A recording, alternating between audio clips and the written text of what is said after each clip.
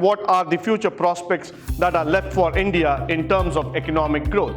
What is the future that we are going to see in terms of economic development? Education factors are still challenging. I would like to put a question mark here. Convert the human beings into human capital represents the major part of the system.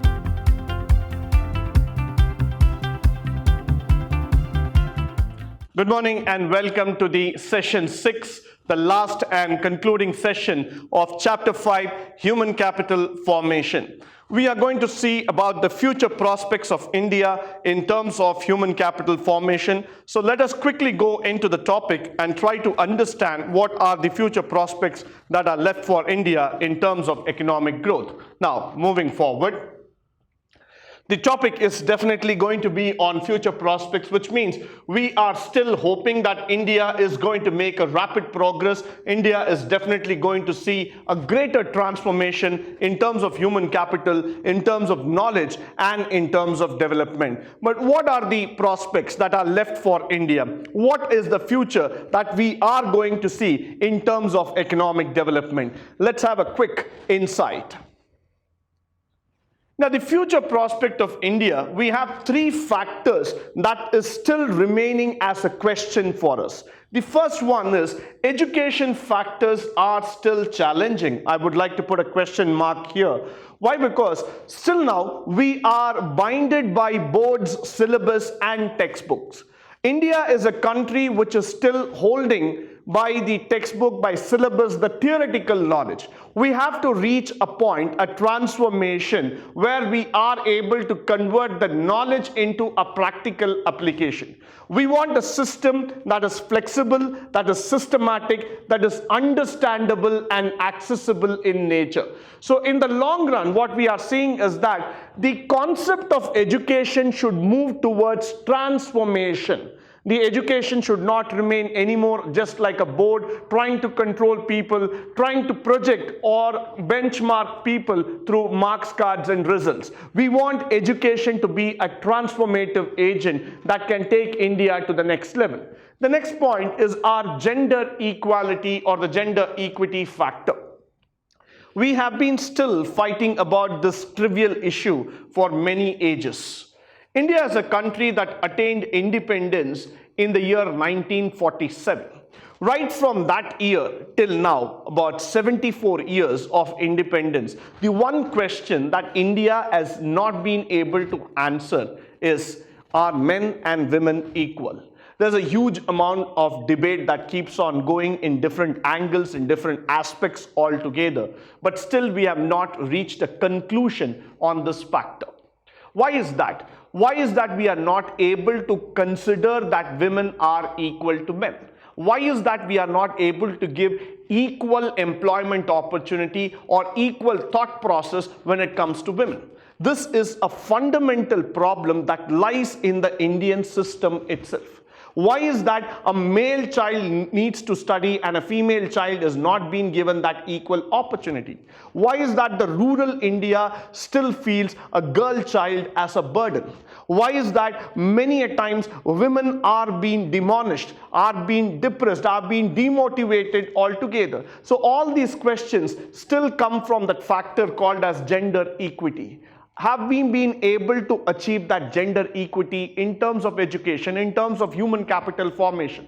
We want every citizen of India, be whether a male or a female, to be given equal importance, to be taken up at the same stat. We want a balanced nation. We want everybody to get equal respect. So that is where in the future perspective, we want to see that women trying to get maximum positions equal to that of men. Every organization should strive to get a 50-50 ratio in terms of giving opportunities for women as well as for men. We don't want this gender bias to happen anymore. Because of gender bias, we are not able to concentrate on development. Rather, we are concentrating on a trivial fight of who is better, who is stronger. So let us move our ideas from there. Let us change our mindset. Let's start working towards a progressive model. Let's start working towards equality, and let's start understanding that women should be given equal equal priority. Women should be respected and women should be given all the necessary benefits and facilities, including education, that will also make her strong and that will also lead her to contribute towards the nation's development. The third factor, higher education, only a few takers. This is again a question mark which I would like to pose. Why? Because if you look at the higher education in India today, one side it is expensive, the other side is that there are very, very few people who want to take it. The reason behind it is that many people have felt in India, education is only a theoretical asset. Education is not actually providing them a livelihood. Even though I might have acquired degrees, I might have acquired a post-graduation or probably a higher order educational qualification altogether, but what is it that is translating for me? At the end of the day, what is that I'm able to derive out of it? So higher education becomes a choice, becomes an option. Many people still think about it. Should I go for my master's? Should I go for my research? Should I go to any other sector? Or is it enough that I have done some basic education? Let me start working and let me start making some money. So the question of higher education, the question of promoting higher order thinking skills, the question of making a person more matured, more intellectual and more active in terms of knowledge becomes a very big question mark in India. Though every year there are new universities coming up, new schools coming up, research development areas are being promoted, and there are emerging sectors where India wants the research to be published upon, but still very few people want to take the initiative of going further and doing that research. So the concept of higher education becomes a very big challenge in India.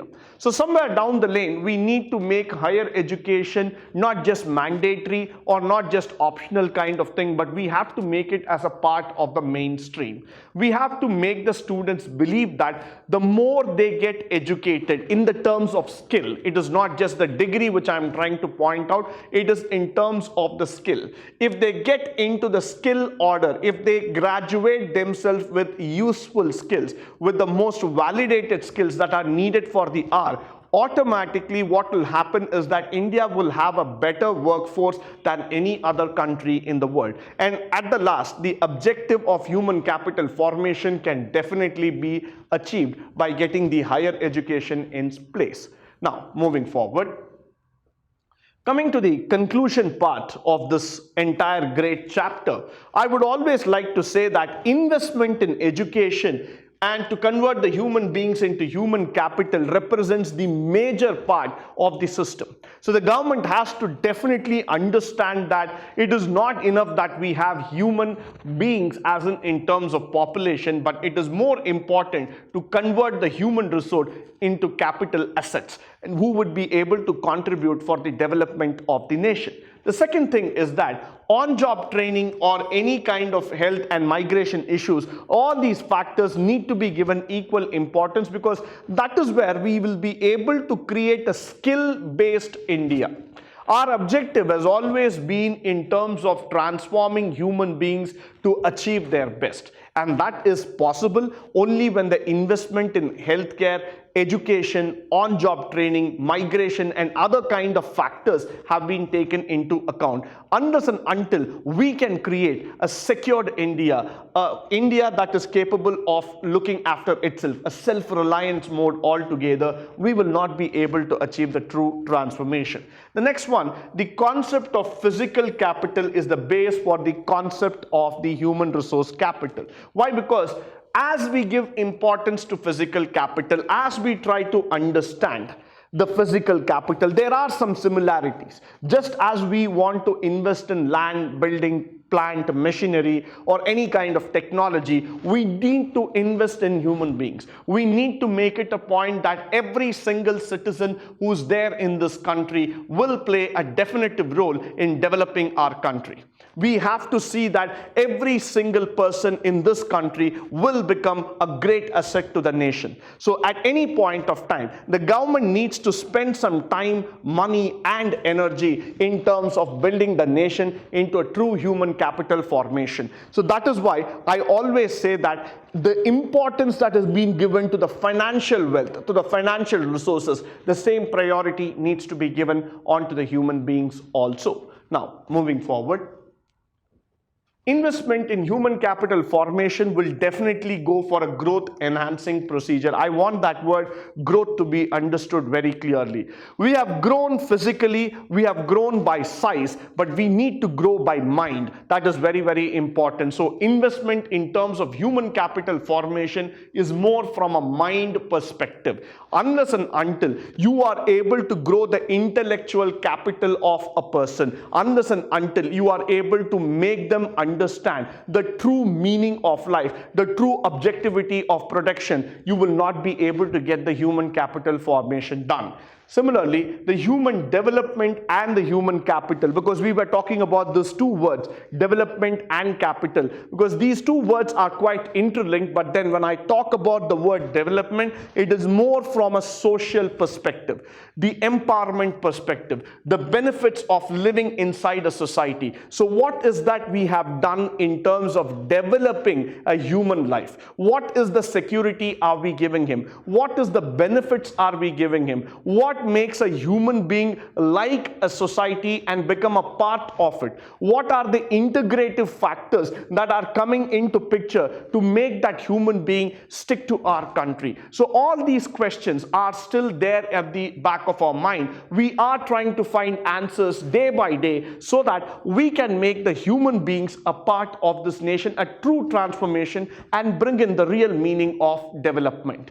Last but not the least, I would also like to talk about the expenditure part on the education factors. Why? Because when we talk about the education as an expense factor, the same amount of priority needs to be given as we are giving it in terms of defense, infrastructure, railways, housing, chemicals, banking, any other sector altogether. We need education to be the topmost priority. We need education to be equal to any other sector. Moment we spend money in education and moment we are able to make education a meaningful purpose in everybody's life, automatically there will be a transformation, there will be a development in our country. So now, moving forward, with this, we come to the conclusion of Chapter 5, the Human Capital Formation. I expect and I believe that all of you would have learned something new which is useful, informative and educative out of this chapter. My request to all of you is that please don't look into this chapter only from a theoretical perspective. Please try to find out the application of human capital formation in your day-to-day life, which means please spend some time in building your knowledge, in building your intellectual capacity. Meet you again in the next session. Until then, thank you and goodbye from my side.